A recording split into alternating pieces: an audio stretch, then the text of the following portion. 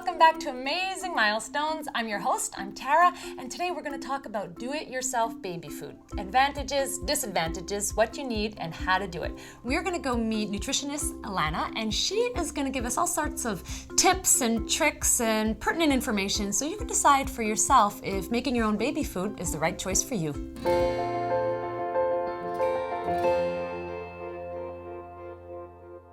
Hi, Alanna.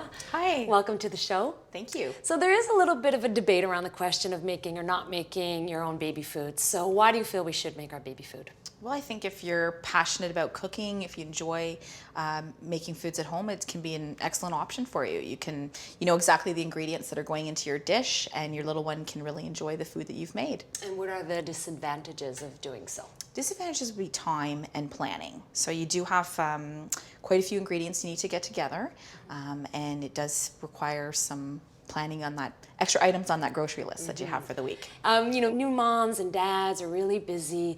Now, how much time do we need to put aside to make our baby food? Well, I would say probably give yourself half an hour of planning for additional items that you're going to need. It's probably a good idea to prepare to make a few recipes at once rather than just one, just better time management.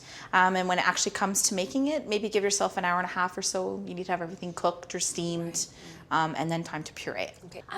So what do we need to make our baby food? So obviously you're going to need your ingredients. So if it's meat, fruits, vegetables, whatever you're going to be preparing, you're going to need a knife and a cutting board, a colander, pots and pans or steamer to cook everything.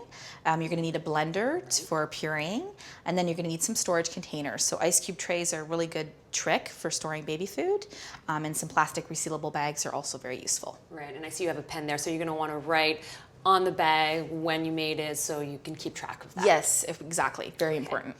And how do we store it?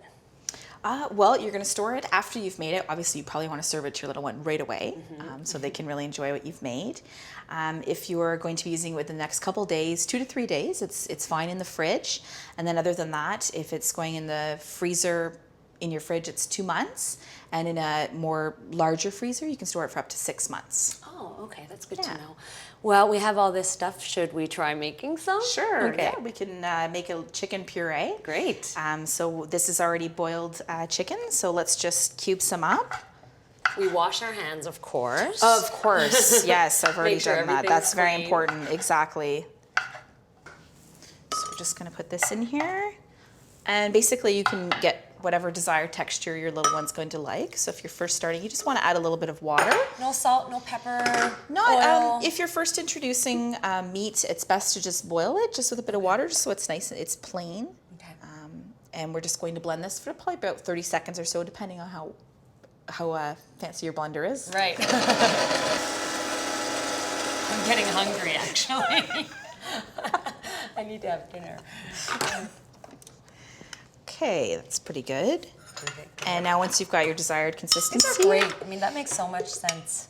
Yeah, and then it's just in the portion that is ready to go. So once you freeze it, you can just thaw out, 1 cube at a time if you're feeding, a younger baby. Yeah, I would say my daughter, she's about 1 now, so. Yeah, she's probably beyond. Two cubes, I would say. Well, thank you so much, Alanna. I mean, I think it's also really important to note that if you are making your baby food at home, that's great. And if you can do it all the time, fantastic. But if every once in a while you're tired, you're overworked, and you have to stop at the store and buy your baby food, you can't feel guilty about that because there's so much to do and we're so tired that we do what we can. Yeah, that's right. Thanks, Alanna. Thank you. And there you have it. All you need to whip up your homemade baby food is fresh ingredients, a blender, and appropriate containers for storage. Next time, we are going to examine your pregnancy week by week. We'll talk about what to expect and how to cope. So see you then.